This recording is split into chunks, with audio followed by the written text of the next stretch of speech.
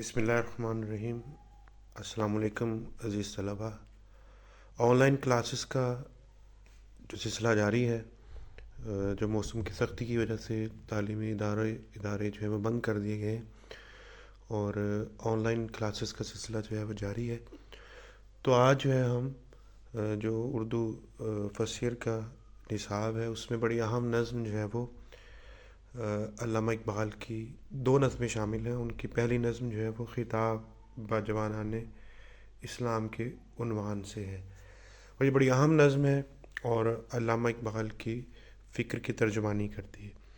عزیز طلبہ، علامہ اقبال کو شاعر مشرق کہا جاتا ہے، انہیں شاعر اسلام بھی کہا جاتا ہے، شاعر استقبال بھی ہیں وہ، اور ترجمان الحقیقت بھی ہیں، ترجمان القرآن بھی ہیں۔ علامہ اقبال کی شاعری جو ہے وہ زندگی کی شاعری ہے۔ انہوں نے اس دور میں اپنا فکری اور علمی اور شعری سفر شروع کیا جب مسلمان اپنی عظمت رفتہ کھو چکے تھے، ہر طرف مایوسی کے، غفلت کے اور جو ہے وہ بے عملی کے اندھیرے چھائے ہوئے تھے۔ انہوں نے جو ہے وہ مسلمانوں میں نئی روح پیدا کی، ان میں جو ہے وہ زندگی کی حرارت پیدا کی۔ وہ اسلام کے نشاط ثانیہ کے علمبردار بھی تھے۔ انہوں نے جو ہے وہ غلامی سے نجات حاصل کرنے اور آزادی کی طرف مسلمانوں کو بڑھنے کا درس دیا۔ وہ چاہتے تھے کہ تمام دنیا کے مسلمان جو ہیں وہ اختلافات بھلا کر جو ہے وہ اخوت کی لڑی میں اپنے آپ کو پرو لیں اور اللہ کی رسی کو مضبوطی سے تھام لیں۔ اور ان کو نوجوان نسل سے بڑی امیدیں تھیں اور اقبال نئی نسل سے نا امید نہیں تھے، وہ ان سے بڑے پر امید تھے اور بہت سا کلام جو ہے ان کا نوجوانوں کو مخاطب کر کے کہا گیا ہے۔ اور یہ نظم بھی جو ہے وہ بلند آہنگ نظم ہے، خطابیہ جو ہے وہ آہنگ لیے ہوئے۔ اور علامہ اقبال جو ہیں وہ ان کی اگر شاعری کو ہم دیکھیں تو ان کی شاعری جو ہے وہ ان میں تمام فنی محاسن نظر آتے ہیں، زبان و بیان کا حسن نظر آتا ہے، طرز ادا کی جدت نظر آتی ہے، اور اس میں جو ہے وہ استعارات کا، تشبیہات کا، علامات کا بڑا خوبصورت استعمال کیا گیا ہے۔ اور یہ نظم جو آپ کے سلیبس میں شامل ہے، یہ ان کی کتاب جو ہے وہ بانگ درا میں شامل ہے۔ یہ نظم جو ہے وہ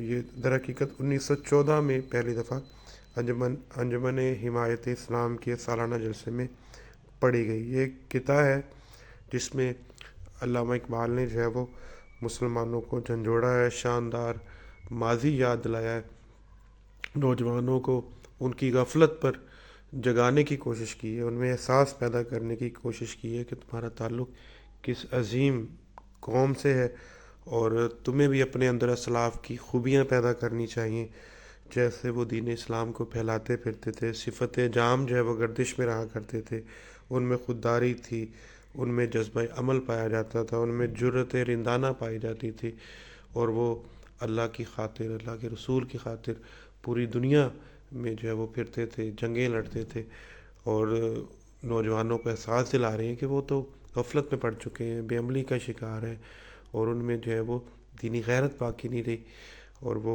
ایمان کے شعلے سے محروم نظر آتے ہیں۔ تو ان کو چاہیے کہ دوبارہ اپنے اندر جذبہ پیدا کریں۔ اور سب سے بڑا نقصان اقبال کی نظر میں ہمارا علمی سرمایہ کا لٹ جانا ہے، جن کے جو ہمارا علمی سرمایہ ہے وہ یورپ کی لائبریریوں میں محفوظ ہے اور ہمارے گھر تاریکی میں ڈوبے ہوئے ہیں۔ چلیں اس میں مشکل الفاظ بھی ساتھ ساتھ لکھتے جائیں، اور یہ کچھ جو ہے وہ آپ کے سامنے اسکرین پہ کچھ شعر بھی آپ کو نظر آ رہے ہوں گے۔ یہ وہ شعر ہیں جو ہر شعر میں مطلب اس نظم میں لکھے جا سکتے ہیں، مزید بھی میں آپ کو لکھواتا جاؤں گا جب ہم تشریح جو ہے شروع کریں گے۔ تو یہ نظم میں جو شعر ہے وہ مطلب اس پہ جو آپ سامنے آپ کے نظر آ رہے ہیں، اس پہ ہر ایک پہ لکھے جا سکتے ہیں۔ اور چلے جو ہے وہ پہلا شعر ہے۔ اقبال کہتے ہیں جی، کبھی ہے نوجوان مسلم تدبر بھی کیا تو نے، وہ کیا گردوں تھا تو جس کا ایک ٹوٹا ہوا تارا۔ پہلا شعر جو ہے وہ مخاطب کرنے کے لیے ہے، متوجہ کرنے کے لیے ہے۔ یہ علامہ اقبال کا ایک خاص انداز ہے جس میں مخاطب کو پوری طرح اپنی طرف متوجہ کرتے ہیں اور اس کو اس طرح ذہنی طور پر آمادہ کرتے ہیں کہ وہ پیغام کو سمجھ سکے اور اس پر عمل کر سکے۔ تدبر کا مطلب ہوتا ہے غور و فکر، سوچ بچار۔ گردوں کہتے ہیں آسمان کو۔ تو اقبال کہتے ہیں کہ نوجوان مسلم تو اس وقت غفلت میں ڈوبا ہوا ہے، مغربی تہذیب کی غلامی کا شکار ہے، اس سے بری طرح مرعوب ہے۔ تو علامہ اقبال کو نوجوانوں کی غفلت جو ہے وہ ایک آنکھ نہیں بھاتی تھی۔ وہ چاہتے تھے کہ نوجوان جو ہیں وہ خواب غفلت سے بیدار ہوں، اپنے اندر جو ہے وہ جذبہ پیدا کریں، اور اگرچہ وہ ان سے پر امید رہا کرتے تھے، نوجوانوں سے نا امید نہیں تھے، لیکن ان کو غفلت سے وہ جگاتے بھی رہتے تھے۔ جیسے ایک جگہ کہتے ہیں کہ تیرے صوفے ہیں افرنگی، تیرے قالین ایرانی، لہو مجھ کو رلاتی ہے جوانوں کی تن آسانی۔ یعنی وہ چاہتے تھے کہ نوجوان جو ہیں وہ حرکت و عمل میں رہیں اور وہ سستی اور غفلت سے نکل آئیں، مغربی تہذیب کی غلامی سے نکل آئیں، ذہنی مرعوبیت سے نکل آئیں۔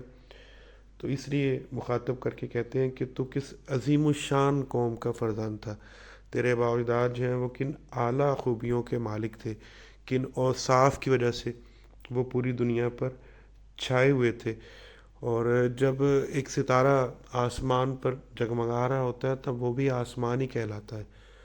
جو تارہ ٹوٹ جائے تو پھر وہ آسمان سے جو ہے وہ پستیوں میں گر جاتا ہے، اپنے وجود کو کھو دیتا ہے، اپنی پہچان جو ہے وہ مٹا بیٹھتا ہے۔ تو اقبال کہتے ہیں کہ تو نے اپنی جو ہے وہ غفلت کی وجہ سے، اپنی کوتاہیوں کی وجہ سے یہ اپنا جو عظیم الشان مرتبہ ہے وہ کھو دیا ہے، ورنہ تیرے آباء و اجداد تو وہ تھے جو دنیا پر چھائے ہوئے تھے، ان میں خودداری پائی جاتی تھی، ان میں غیرت پائی جاتی تھی، اور وہ پوری دنیا میں توحید کا پیغام پہنچاتے پھرتے تھے۔ اور جبکہ تمہاری حالت جو ہے وہ ایسی ہے کہ جیسے جو ہے وہ کوئی جسم جو ہے وہ روح کے بغیر ہو۔ اور اقبال ایک جگہ کہتے ہیں خدا تجھے کسی طوفان سے آشنا کر دے کہ تیرے بحر کی موجوں میں اضطراب نہیں، کہ تجھ میں ہلچل نظر نہیں آتی، تجھ میں جذبہ نظر نہیں آتا۔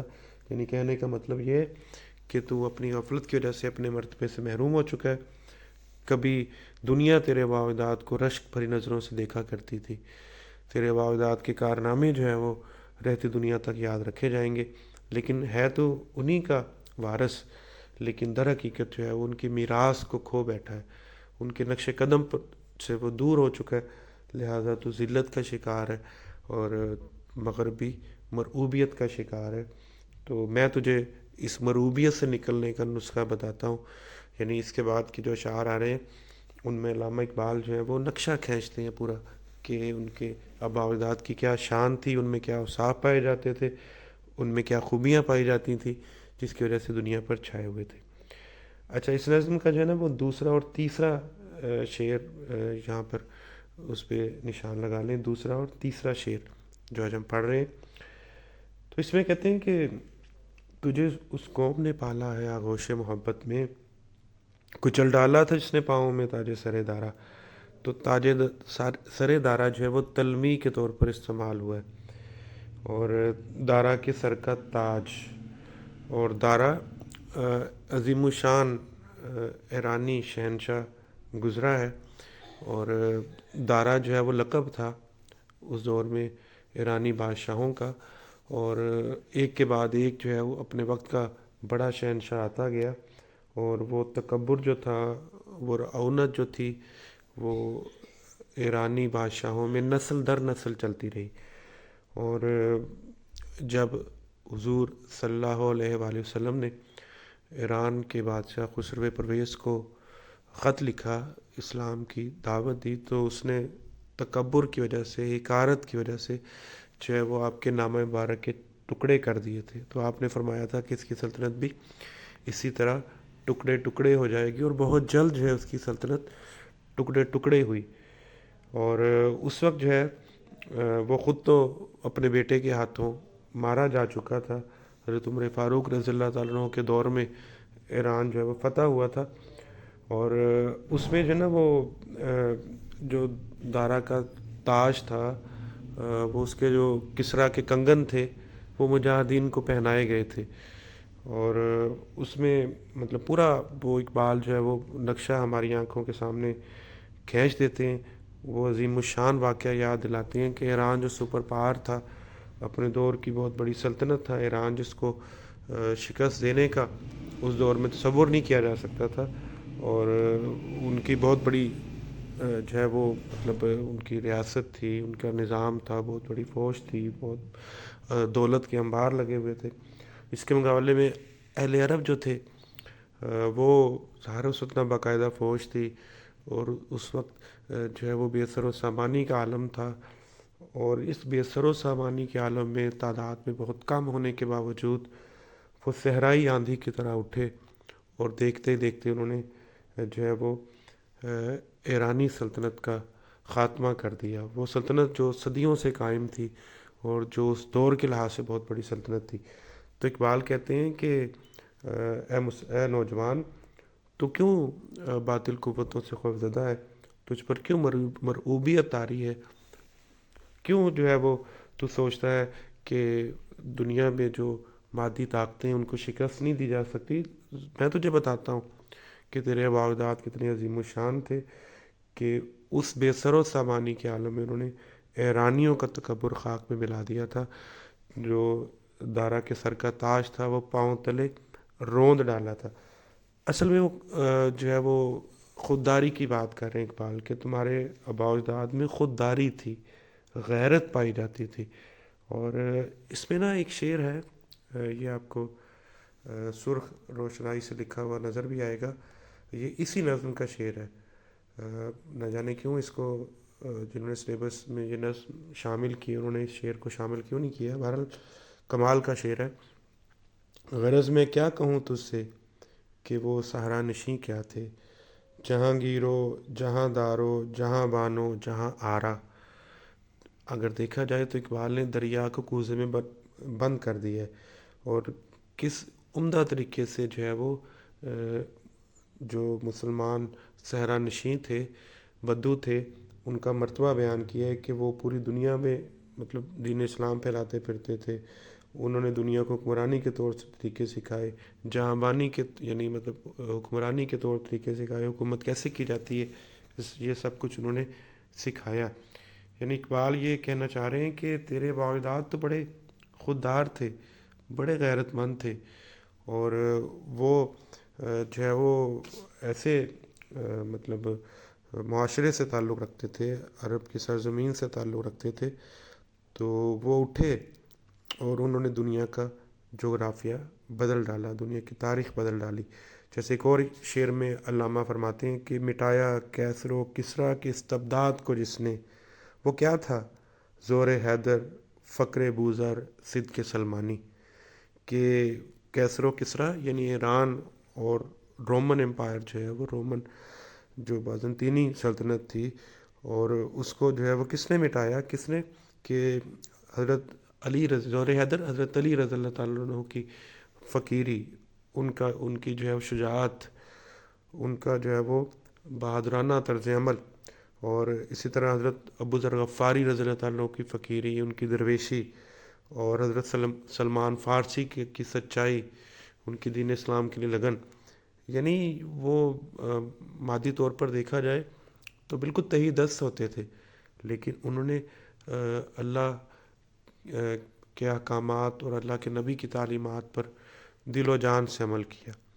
وہ لوگ تھے کہ جو اٹھے اور پھر دنیا پر چھا گئے, اور اس دور کے مورخ حیران ہو کر پوچھتے ہیں, بعد کے مورخین نے بھی لکھا ہے کہ یا تو اس دور میں دنیا بڑی چھوٹی ہو گئی تھی, یا مسلمانوں کے گھوڑوں کی رفتار بہت تیز ہو گئی تھی کہ انہوں نے اتنے کم عرصے میں جو ہے وہ اتنی فتوحات حاصل کی.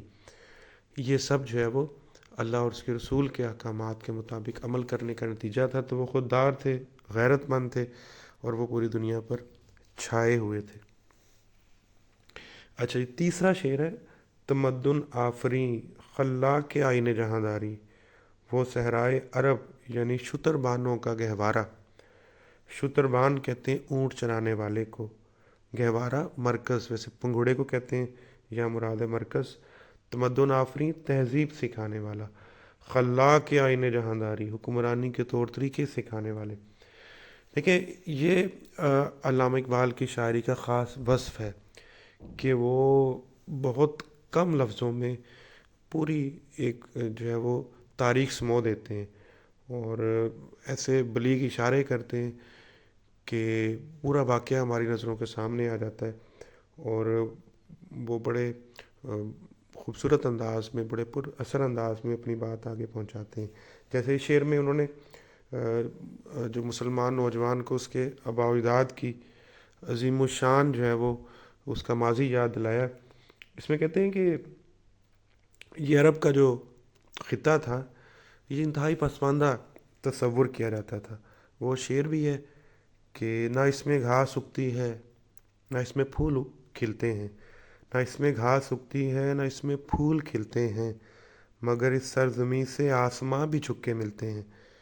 اصل بات یہ ہے کہ یہ وہ مطلب خطہ ہے جو پسماندگی کا شکار تھا. عرب جو ہے وہ جہالت میں ڈوبے ہوئے تھے، اور وہ انتہائی جو ہے وہ وحشیانہ طرز عمل کے حامل تھے، اور ان میں جو ہے وہ اللہ نے اپنا آخری نبی بھیجا. تو پیغمبر اسلام حضرت محمد صلی اللہ علیہ وآلہ وسلم کی مبارک ذات کی برکات سے جو ہے وہ اہل عرب کی حالت بدل گئی. وہ دل و جان سے جو ہے وہ دائرہ اسلام میں داخل ہوئے.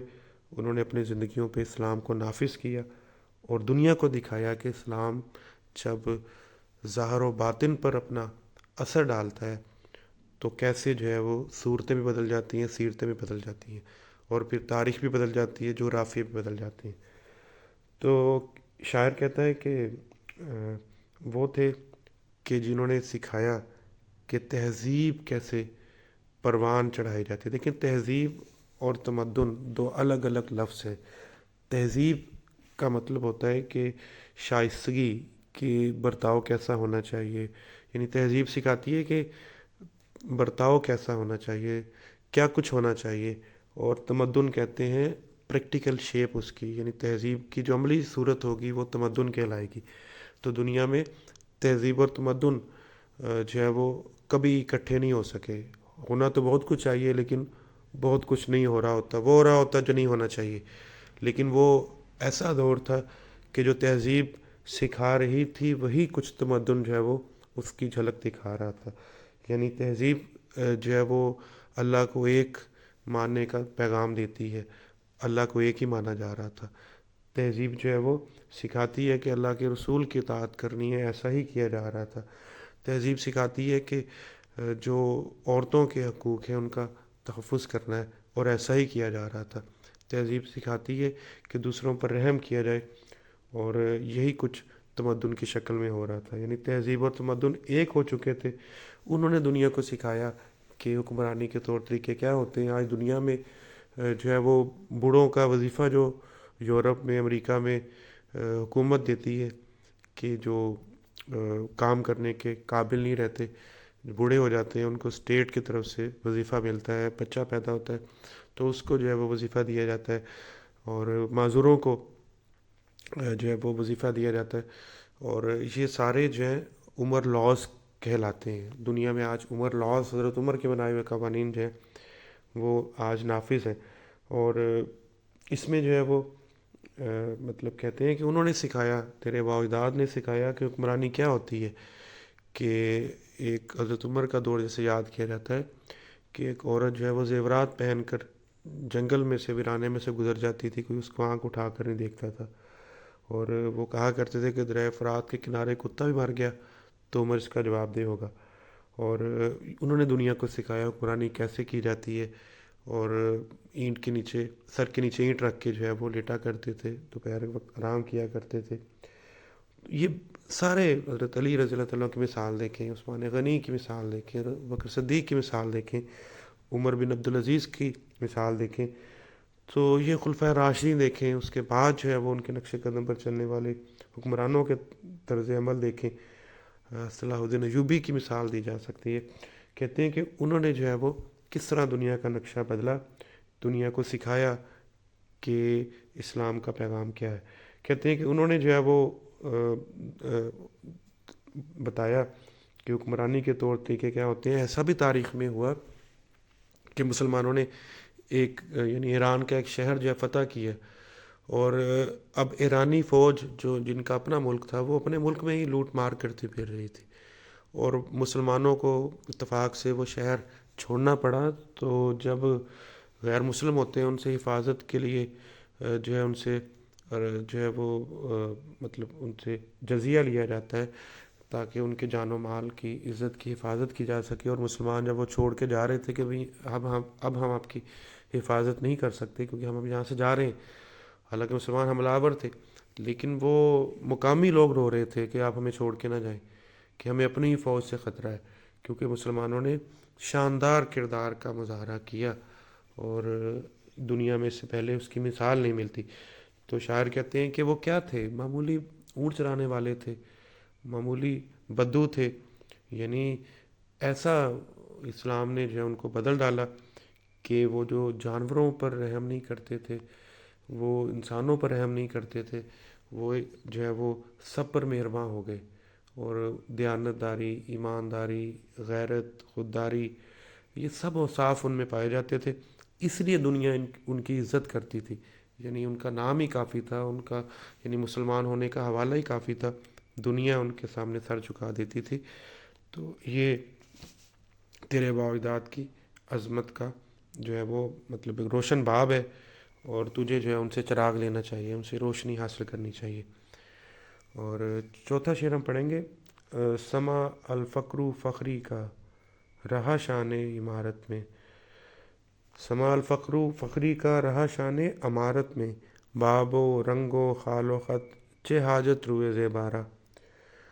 اس کو تضمین کہا جاتا ہے جب ایک شاعر جو ہے وہ دوسرے شاعر کا مصرع جو ہے وہ استعمال کرتا ہے تو اس کو واوین میں لکھا جاتا ہے. آپ کے سامنے انورٹ کوماس لکھے ہوئے ہیں، واوین میں لکھا ہوا ہے. اصل میں یہ جو ہے وہ فارسی کے عظیم شاعر حافظ شیرازی کا مصرع ہے، جس کا لفظی مطلب یہ ہے کہ دلکش چہرے کو ظاہری نمود و نمائش کی زیبائش کی حاجت نہیں ہوتی. تو اس میں اقبال کہتے ہیں کہ تیرے بااجداد جو تھے وہ پوری دنیا پر چھائے ہوئے تھے، اور یہ حدیث مبارکہ ہے. الفقر فخر، یعنی اس شعر کو بھی تلمین کا شعر بھی کہا جا سکتا ہے، یہ تضمین کا شعر بھی ہے کہ یہ ایک طویل حدیث ہے، اس کے مبارک الفاظ آتے ہیں. رسول پاک نے فرمایا کہ میرا فقر میرا فخر ہے. اقبال اصل میں یہاں بھی خودداری کی بات کرتے ہیں، جیسے ایک جگہ کہتے ہیں نا، غیرت ہے بڑی چیز جہاں تگ و دو میں، پہناتی ہے درویش کو تاج سر دارا. اصل بات ہے خودداری، اصل بات ہے غیرت.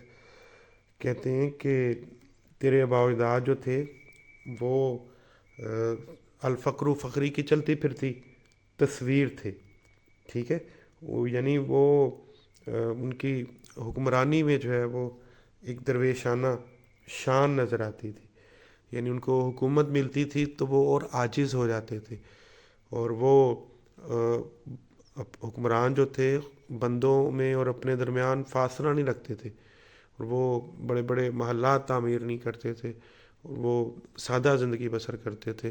اور تاریخ جو ہے وہ چشم حیرت سے ان کو دیکھتی ہے. جیسے عمر رضی اللہ تعالیٰ عنہ سے پوچھا گیا کہ یہ کرتا جو ہے وہ آپ کا سلا ہے، اس کے لیے دوسری چادر کہاں سے آئی ہے، اور ان کو جواب دینا پڑا. ان کے بیٹے کو انہیں بتایا کہ میں نے اپنے حصے کی چادر اپنے والد کو دی ہے. یعنی یہاں تک جو ہے ان سے باز پرس کی جاتی تھی، دوسری چادر کہاں سے آئی. تو یہ ان کا کردار تھا، یہ ان کی سادگی تھی. یعنی حکمرانی میں وہ فرعونیت نہیں اختیار کرتے تھے، کیسر و کسریٰ کی طرح نہیں ہو جاتے تھے، بلکہ اپنی خودداری کو، اپنی غیرت مندی کو قائم رکھتے تھے. سادگی کی چلتی پھرتی وہ تصویر تھے. ظاہر اصل بات ان کا کردار تھا. اور حضرت عمر رضی اللہ تعالیٰ عنہ 22 لاکھ مربع کلومیٹر کے حکمران تھے، دنیا ان سے کانپتی تھی. ان کے دور میں ایک جمعے سے لے کر دوسرے جمعے تک کوئی نہ کوئی شہر فتح ہوا ہوتا تھا، اور وہ ان کا دور جو ہے وہ تاریخ عالم کا سنہری دور کہلاتا ہے۔ اسی طرح باقی خلفۂ راشدین کا مطلب دور یاد کریں تو ان میں وہی سادگی نظر آتی ہے اور وہی بلند کرداری نظر آتی ہے۔ تو شاعر کہتا ہے کہ حکمرانی ملتی تھی تو وہ عاجز ہو جاتے تھے، اور ان کی جو ہے وہ حکمرانی میں درویشانہ شان نظر آتی تھی۔ تو اصل بات جو ہے وہ کردار ہے، اور جو اپنے کردار سے جو ہے وہ اپنے دشمنوں پر ہیبت طاری کر دیا کرتے تھے۔ ان کو بڑے بڑے محلات تعمیر نہیں کرنے پڑتے تھے، ہٹو بچاؤ کا شور برپا کرنے کے لیے غلاموں کی فوج بھرتی نہیں کرنی پڑتی تھی، ان کا کردار ہی کافی تھا، ان کا کردار ہی جو ہے وہ دشمنوں پر نقش تھا۔ اور جیسے حسین چہرے کو بناؤ سنگھار کی ضرورت نہیں ہوتی، ایسے تیرے باوجداد کو جو ہے کسی طرح کے دکھاوے کی ضرورت نہیں تھی، ان کا کردار ہی جو ہے وہ بڑا عظیم و شان تھا، اور اسی کی بدولت وہ دنیا پر چھائے ہوئے تھے۔ جیسے اقبال ایک اور جگہ کہتے ہیں کہ حیدری فقر ہے نے دولت عثمانی ہے، حیدری فقر ہے نے دولت عثمانی ہے، تم کو اسلاف سے کیا نسبت روحانی ہے۔ اور پھر ایک جگہ کہتے ہیں کہ عزائم کو سینوں میں بیدار کر دے، نگاہ مسلماں کو تلوار کر دے۔ اصل بات جو ہے وہ کیا کہتے ہیں کہ تم میں حضرت علی رضی اللہ تعالیٰ عنہ جیسی فقیری ہے، نہ ان کی جیسی شجاعت پائی جاتی ہے، نہ عثمان غنی رضی اللہ تعالیٰ عنہ جیسی جو ہے وہ ان میں جیسے وہ غنی تھے اور جیسے جو ہے وہ سخی تھے، اپنی دولت کو فلاح و بہبود پر خرچ کرتے تھے، نہ تم میں وہ جذبہ پایا جاتا ہے۔ بھلا تم میں اسلاف سے کیا نسبت ہے، یعنی تمہارے اور ان کے درمیان جو ہے وہ کیا نسبت مشترک ہو سکتی ہے، کیونکہ تم پستیوں میں گرے ہوئے اور وہ عظمتوں کے افق پر جو ہے جگمگا رہے تھے۔ چلیں آخری شعر آج کا ہم پڑھیں گے۔ گدائی میں بھی وہ اللہ والے تھے غیور اتنے، کہ منیم کو گدا کے ڈر سے بخشش کا نہ تھا یارا۔ منیم کہتے ہیں دولت مند سخی کو، گدائی محتاجی، غیور غیرت مند۔ اس میں بھی علامہ اقبال نے جو ہے وہ خودداری کی بات کی۔ اصل میں علامہ اقبال نے جو خودی کا پیغام دیا، اور جیسے انہوں نے جو ہے وہ اس پہ مطلب بڑا زور دیا، تو خودداری جو ہے وہ خودی جو ہے خودداری سے آتی ہے، اور خودداری کے بغیر خودی جو ہے وہ کبھی پروان نہیں چڑھ سکتی، اور پرواز ہے دونوں کی سی ایک فضا میں، کرگس کا جہاں اور ہے شاہی کا جہاں اور۔ اصل بات یہ ہے کہ خودداری ہے، جیسے ایک جگہ کہتے ہیں دیار عشق میں اپنا مقام پیدا کر، نیا زمانہ نے صبح و شام پیدا کر، میرا طریق امیری نہیں فقیری ہے، خودی نہ بیچ غریبی میں نام پیدا کر۔ یہ اصل بات جو ہے وہ کیا ہے کہ وہ خودداری کی بات کرتے ہیں کہ تیرے باوجداد یعنی حکمرانی ملتی تھی تو درویشانہ ادا نظر آتی تھی، سادگی اختیار کرتے تھے، خدا خوفی ہوتی تھی ان کے اندر، اور کہتے ہیں کہ جب محتاجی کی کیفیت ہوتی تھی، تنگ دستی کا زمانہ آتا تھا، تو کبھی کسی کے آگے دستے سوال دراز نہیں کرتے تھے۔ وہ تو زمین پہ گرا ہوا چابک جو ہے وہ اس خیال سے نہیں اٹھاتے تھے کہیں یہ بھی سوال کے زمرے میں نہ آ جائے، کیونکہ سوال کی اتنی مذمت کی گئی اسلام میں، اور اللہ پر بھروسہ جو ہے وہ کرنے کا حکم دیا گیا۔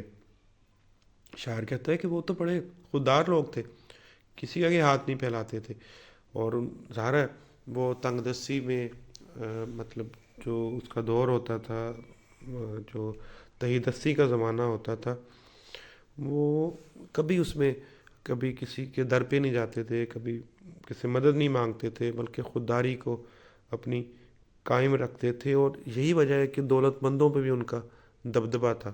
دولت مند بھی جو ہے ان سے مرعوب ہوا کرتے تھے کہ ہم نے مدد کرنے کی کوشش کی تو کہیں ان کی خودداری کو ٹھیس نہ لگ جائے، کہ بد دعا نہ دے دیں، تو وہ بھی ان سے جو ہے ان کی عزت کرتے تھے۔ ظاہر کہنا یہ چاہتے ہیں اقبال کہ تو جو ہے وہ غیر کے در کی چوکھٹ کا بھکاری بن چکا ہے، تو نے اپنی خودداری کو بیچ دیا ہے، پانی پانی کر گئی مجھ کو قلندر کی یہ بات، تو جھکا جب غیر کے آگے نہ تن تیرا نہ من۔ یعنی اصل بات جو ہے وہ یہ نہیں ہے کہ یعنی جو مغربی اقوام ہیں ان کے پاس دولت ہے اور تو اس سے محروم ہے۔ اصل بات جو ہے وہ ہے کہ خودداری کی ہے. اور جیسے ایک اور جگہ کہتے ہیں کہ سبب کچھ اور ہے تو جس کو خود سمجھتا ہے. سبب کچھ اور ہے تو جس کو خود سمجھتا ہے. زوال بندہ مومن کا بے زری سے نہیں. کہ اصل بات جو ہے وہ یہ ہے کہ تو نے اپنی غیرت کو نیلام کر دیا ہے. اور بندہ مومن کی بے زری سے اس کی مطلب حالت خراب نہیں ہوتی. مطلب یہ مرد مومن تو ہر حال میں راضی برضا رہتا ہے. اور تنگ دستی کا زمانہ ہو چاہے جو ہے وہ آسودگی کا زمانہ ہو وہ تو اللہ سے ڈرتا رہتا ہے. اور وہ اللہ کے بندوں پر بڑا مہرباں ہوتا ہے اور بندوں کے حقوق پورے کرتا ہے. یعنی کہنا یہ چاہتے ہیں کہ تو نے جو ہے وہ اپنی خودداری کو بیچ دی ہے اور تو در کی غیروں کے در کا بھکاری بن چکا ہے. اور تیرے اجداد تو بڑے خوددار تھے. ٹھیک ہے جی. تو یہ آدھی نظم ہم نے آج پڑھی. انشاءاللہ اگلے لیکچر میں جو ہے وہ باقی ماندہ اشعار کی ہم مکمل کریں گے. اور مزید جو ہے اس کے کچھ شعر بھی آپ کو لکھوائے جائیں گے. بہت شکریہ.